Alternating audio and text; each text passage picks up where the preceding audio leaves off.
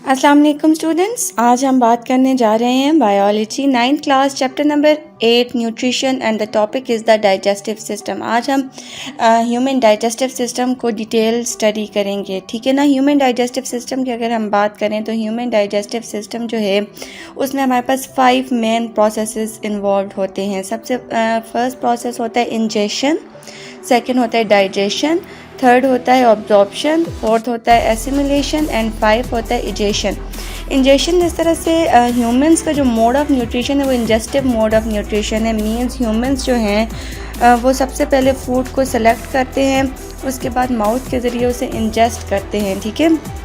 उसके बाद डाइजेशन का प्रोसेस स्टमक में होता है जब ब्रेक डाउन होती है फूड की, और फिर एब्जॉर्प्शन का प्रोसेस होता है जो वो फूड को एब्जॉर्ब कर लिया जाता है। जैसे स्मॉल इंटेस्टाइन जो है वो एब्जॉर्प्शन ऑफ फूड में इन्वॉल्व होता है, ठीक है ना। अच्छा, इसके अलावा उसके बाद फोर्थ स्टेप जो है एसिमिलेशन होता है। अब यहाँ पे हमारी बॉडी को कार्बोहाइड्रेट्स की भी ज़रूरत है, प्रोटीन्स की भी ज़रूरत है। तो क्योंकि ब्रेक डाउन हो चुका होता है प्रोटीन्स का भी और कार्बोहाइड्रेट्स का भी, तो फिर दोबारा से वो जो कंपोनेंट्स होते हैं वो एग्जाम्बल होते हैं और एग्जाम्बल हो के अमाइनो एसिड प्रोटीन्स बना लेते हैं, और इसी तरह से वो मॉलिक्यूल्स या वो कंपाउंड जो बॉडी के लिए रिक्वायर्ड हैं वो दोबारा से एग्जाम्बल हो जाते हैं। इस प्रोसेस को एसिमिलेशन कहा जाता है, ठीक है। और लास्ट एपिजेशन होता है, जो वेस्ट प्रोडक्ट होता है बॉडी का वो बॉडी से रिमूव हो जाता है। इस प्रोसेस को इजेशन कहा जाता है।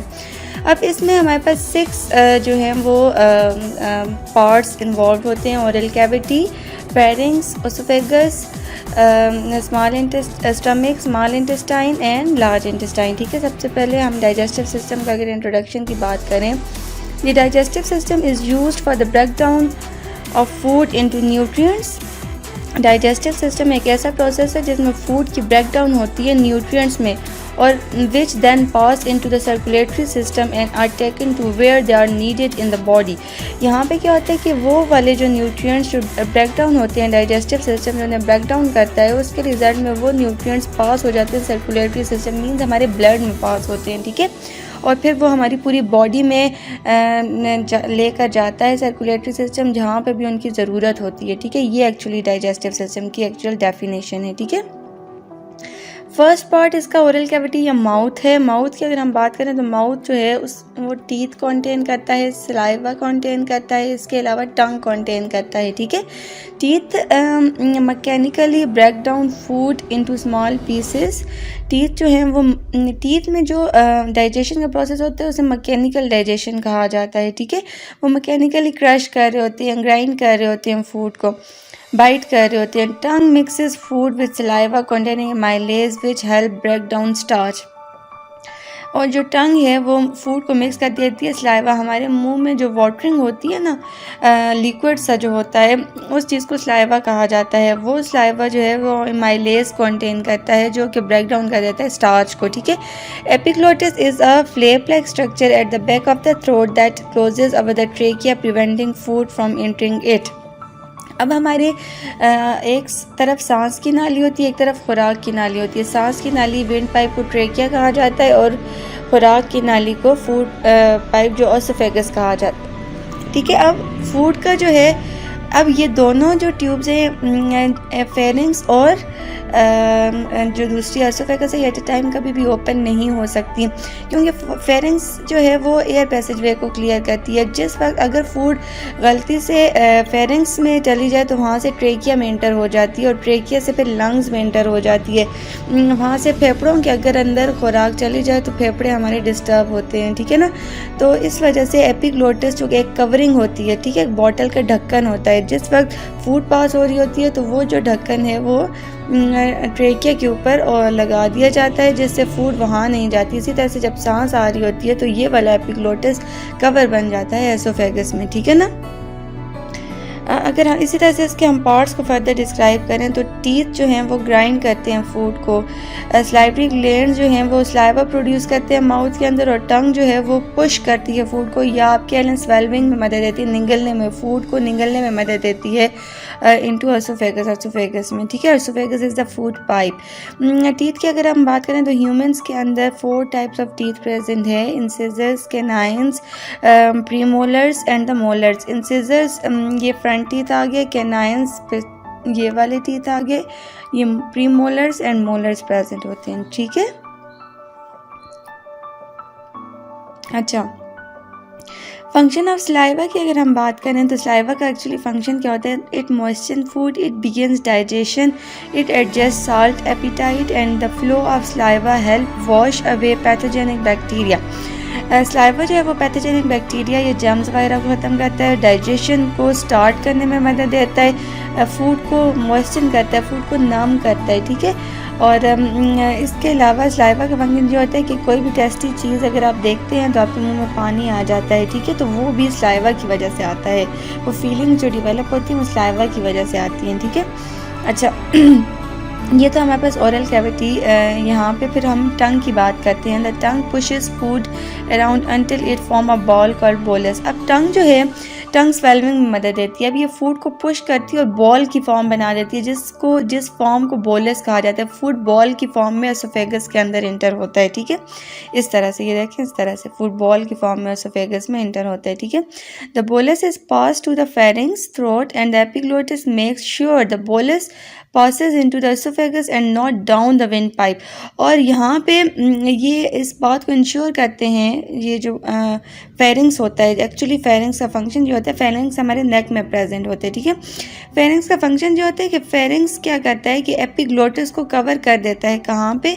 विंड पाइप या ट्रेकिया के ऊपर, ताकि वहाँ पे फूड पास ना जाए। और एसोफेगस में फूड वो अलाउ करता है फूड को कि वो सिर्फ एसोफेगस में ही जाए, वहाँ पे ट्रेकिया में ना जाए, ठीक है। फेरिंग्स का फंक्शन ये होता है, ये टंग के साथ उसकी निगलने में मदद देता है फेरिंग्स एक्चुअली, ठीक है। ये हमारे पास फेरिंग्स है। फेरिंग्स जो है ये टंग की मदद करता है स्वेलविंग में, कि जो फूड है वो एसोफेगस में ही जाए, ट्रेकिया में ना जाए, ठीक है ना।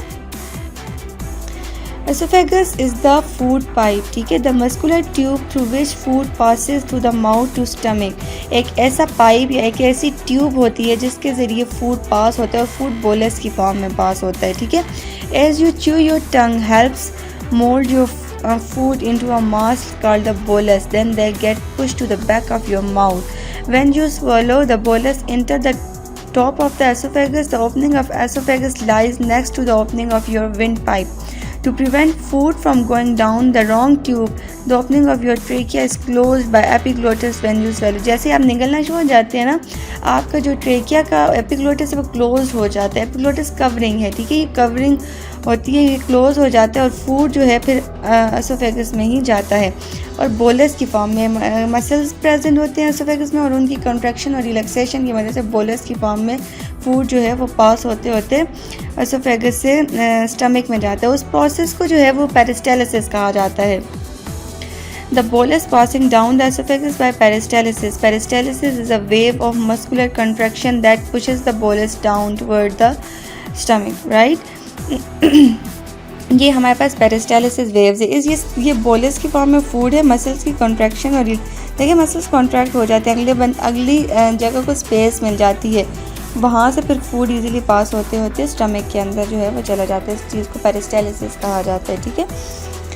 स्टमक की बात करें, स्टमक का जो स्ट्रक्चर होता है, स्टमक का स्ट्रक्चर जे शेप्ड होता है। स्टमक जे शेप्ड है, ठीक है। इसमें स्टमक में हमारे पास दो स्फिंक्टर प्रेजेंट होते हैं, cardiac sphincter and pyloric sphincter. एक ओपनिंग गेट कहा जाता है एक को, और एक को क्लोजिंग गेट कहा जाता है। फूड जिस वक्त एसोफेगस से स्टमक में आता है तो वो किसके ज़रिए? कार्डियक स्फिंक्टर के ज़रिए जाता है, और स्टमक से जिस वक्त स्मॉल इंटेस्टाइन में जाता है तो वो पाइलोरिक स्फिंक्टर के ज़रिए जाता है, ठीक है। स्टमक के अंदर HCl प्रेजेंट होता है, पेप्सिन प्रेजेंट होता है। पेप्सिन जो है वो ब्रेक डाउन करता है प्रोटीन्स की, और HCl जो है वो हाईली एसिडिक इन नेचर है। पेप्सिन का pHP जो है वो 2 होता है, वो भी हाईली एसिडिक है, ठीक है। HCl का फंक्शन जो होता है कि HCl जो है ये जर्म वगैरह को, फूड के अंदर जो टॉक्सिन्स वगैरह हैं उनको ख़त्म करता है, ठीक है ना। अच्छा, the stomach has folds called and is a big muscular pouch which turns the bolus and mixes it with gastric juices, a mixture of stomach acid, mucus and enzyme। अब स्टमक के इनर वॉल में mucus होता है। Mucus stomach को protect कर रहा होता है, फ्रॉम उसकी इनर वॉल्स को प्रोटेक्शन प्रोवाइड कर रहा होता है, ठीक है ना। अच्छा, the acid kills off any invading bacteria or virus. Acid mean HCl. The enzyme help break down proteins and the lipids, and the mucus protect the lining of the stomach from being eaten away by the acid. अब फिर यहाँ से stomach में food जिस वक्त break down होता है तो वो जो है पाइलोरिक स्फिंक्टर के ज़रिए पास हो जाता है कहाँ पे, स्मॉल इंटेस्टाइन। स्मॉल इंटेस्टाइन में हमारे पास 3 पार्ट्स होते हैं, ड्यूडिनम, ज्यूजिनम एंड इलियम, ठीक है। अब फूड कायम बन जाता है, कायम is now in a small intestine. अब कायम की फॉर्म में फूड होते हैं, बिल्कुल ग्राइंड हुआ बिल्कुल ब्रेक डाउन हुआ तो वो स्मॉल इंटेस्टाइन में आ जाते हैं। 90% ऑफ द एब्जॉर्प्शन हेयर आकर द लिवर एंड पेंक्रियाज, यहाँ पे अब एब्जॉर्प्शन का प्रोसेस होता है। The liver and the pancreas help the small intestine to minimise the absorption. The small intestine is broken down into 3 parts.